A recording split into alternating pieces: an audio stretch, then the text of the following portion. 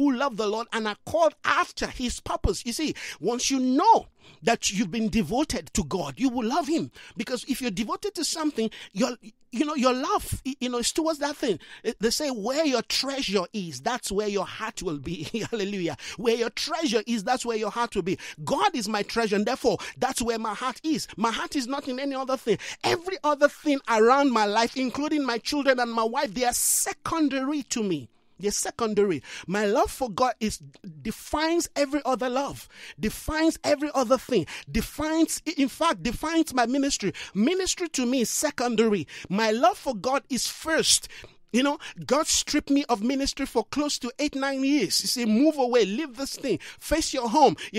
Just sit and let me teach you. Let me redirect your life. And I did that, doing ministry for 25 years. Suddenly God, take that from you, and you think your world has come to an end. Because, that's all I've known. That's all I've known, Amos said, I've always been a vine dresser until the mantle fell on me and said, go give my word to the nation. Go give my word. You see, and that's what God does to you. You've got to understand that the ministry do not define you. You can be engaged in certain area of life, in certain ministry, and tomorrow God can shut you down. He shuts you down. No more speaking, no more microphone. Take something else. Go sit down somewhere or do something else until I bring you word again. That's God for you. So we have not a continuous city. So don't think you've come to a position of arrival that, this is what God has called me to do and I'll continue in that. No. Yes, you will continue until his word comes. Once his word comes, the order changes. And if you don't change in the day God demands you to change, guess what? That place that you think is bringing you so much life and so much wealth and so much, praise and influence, and everybody's hailing you, great man of God or great woman of God, guess what? That place become a desert.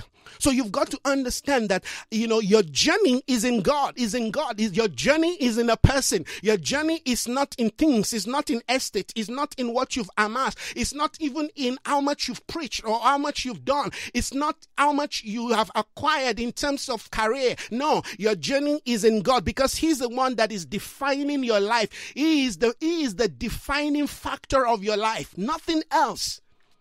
That needs to, be drilled into your mind, into your faculty, that your journey is in God, is in person. Our journey begins in God and will end in God. Yes, the garden is still in him. Yes, we are moving towards a place in him. We are coming to a place in Zion that we will be perfected. Perfection means to see him as he is. Hallelujah. Because when we see him as he is, then we become who we are designed to be. So we are searching for ourselves within him. He is the only king that I know that the kingdom lives within him. He feels all things. Come on. He feels all things. He feels all things. All things does not feel him. He feels all things. The universe is in him.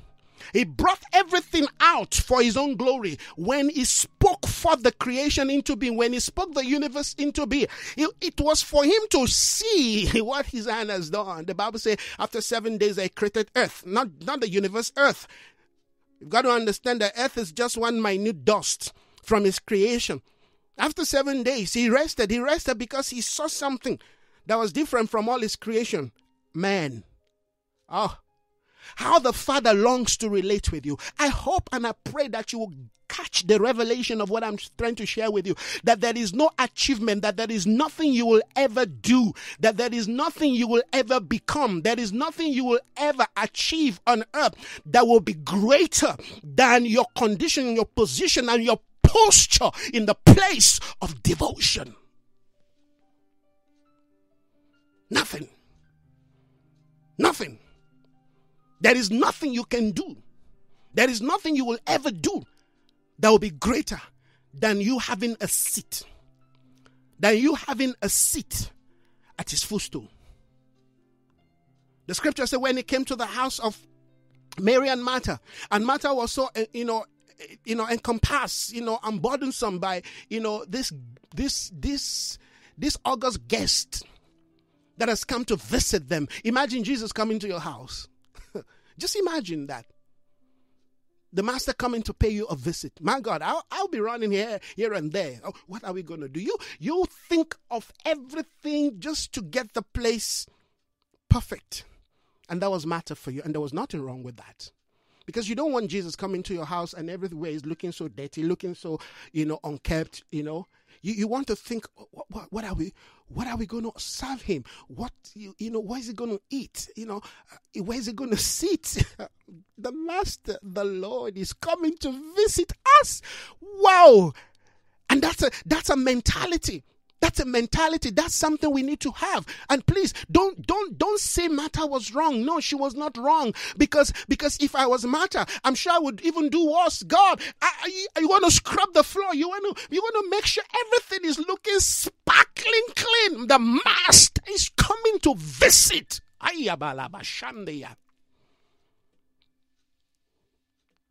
Yes. But that's a knowledge that comes to us from the three of the knowledge of good and evil. That's a reflection of a desire of wanting to please him by doing something. Catch this. That's a desire to want to please the Father by impressing him. Come on. If you're a father, you want your children to impress you. Come on. Yesterday I was reading a report of my children, the things that they need to improve, where they've done well and obviously where they need to improve. And, I was talking to Samuel, and I just give thanks to God, for the life of my son. He's been through so much. One of these days I'm going to share his testimony.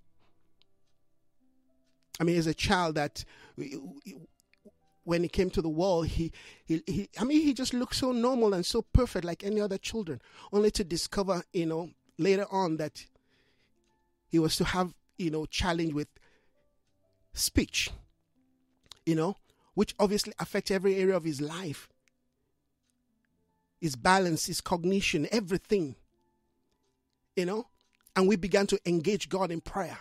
God, this cannot be. This is not your word. This is not what your word says. We begin to stand in battle, in prayer, in seeking the face of God. We begin to see change. My boy, when he began school, he couldn't even hold pencil properly. Today, he's done far better than that. Like I said, I will be sharing his testimony one of these days, because when I look at Samuel's life, his life to me is just God saying, I am there. Even in your battle, even in your challenge. So we want our children to impress us. We want to be impressed. It's like that even in church. I could remember, back in those days while I was still serving my pastor. We do everything to impress this man. Everything. We do everything to impress him. Everything to impress him. We want to even walk like him, talk like him, dress like him, have the same haircuts he has. Because there is something that we see in him that we feel, we admire. Even though, we went overboard. We do everything, literally everything to want to impress this man. To the point that men began to even worship him. At least that's what I noticed, and the Lord began to speak to me with regards to that. But the point I'm making is, we want to impress our God, our Father. But guess what? He didn't call us to impress him. I don't know how to say this better.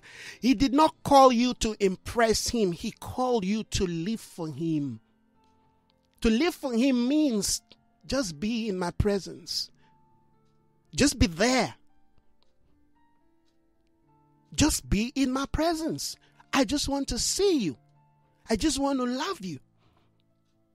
I just want to behold your face. I just want to see that, tiny winny face. I just want to see that smiley face. And that speaks volumes. Never you think that the time you spend with God is just a wasted time of prayer and worship and all. No, there are things happening far beyond your comprehension. There are dimensions in the presence of God. Oh my God, there are speakings within his silence that 1,000 millions of years will not be able to finish the writings of his silence. Oh my God. That in his silence, there are volumes of words bulging out, flowing out like streams of living water. Not to talk of when he opens his mouth. Mary understood why the master, why the father, why the Lord was in the house. He wasn't coming to visit them because he needed to eat or because he wanted them to impress him. No. Mary knew that for the master to be coming to our house, you see, you can only catch this dimension from a higher position, from an ascended position, from a mountainous position of life. You see, we all have different dimension of spiritual relationship, and I don't have problem with that. I'm only saying that wherever you are, you need to press further. You need to go beyond. Jesus said, "Let me go beyond, go yonder and worship." You see, if you're going to worship him, you've got to worship him yonder.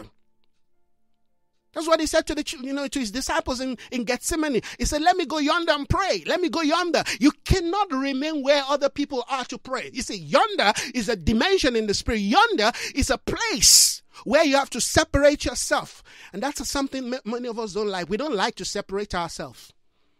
You see, because we are so insecure that if people are not around us, if people are not healing us, if people are not seeing us, and we're not posting something, we're not shouting something, and we're not doing something, where there has to be program, there has to be conference, there has to be seminars, we just must be doing something, because that's how we tend to define who we are, and we tend to prove that we are achievers, we are achieving something. There has to be something. Let me tell you something, that even in your quietness, in your rest, there is movement and there is success, there is prosperity. That when God says sit, the position of sitting itself is a dimension of maturity. So never you think that, not engaging with life, with people, with things, at least if you're mature, you've come to that understanding that, it means you're irrelevant. You're never irrelevant. You're never irrelevant. You've got to understand the ways of God. Mary understood the ways of God, even though she was the youngest, but she understood the ways of God. Martha was the elder. She wanted to please the master. And yes, we need to please the master, but guess what? As you journey with the Father, as you journey with the Lord, you will get to realize that all this thing we're doing,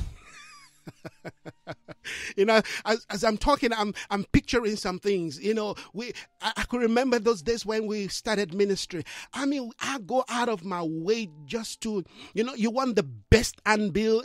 Those who know me in those days, we come up with, when people began to, print handbills in colored, gloss paper, we were the one. We will print our, a newsletter with, what in those days they call them embossed, letterhead. We go for the most excellent, thing in those days. And there's nothing wrong with that. You see, you've got to understand my heart. There's nothing wrong with that. But I'm saying that even in that, you're not impressing God. You're trying to impress men, because, impressing men is making an impression. You make an impression. You see, I'm not making an impression. What you see is what you get. Isaiah is just me. This is me. This is me. If you come where I am right now, you find me where I am. I'm in my house coat declaring this word with you. That's me. I'm not. I've gone beyond the day of impressing you. I'm not around to impress you. I'm here to do the bidding of my Father, and that's where ministry must come to. That's where life must come to. That what you're doing is not because you need to do something to make a point. That you're not doing that business because you need to make money. Yes, we need to make money to survive, but that should not be your ultimate goal. Your ultimate goal is that you're making money to honor God, to advance His kingdom.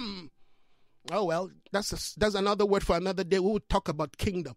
because everything today we do in the name of kingdom, even if it's for our own selfish, ungodly desire, as long as we tag it with kingdom, then we think it's fine. It's no fine. We would define what that is, because you can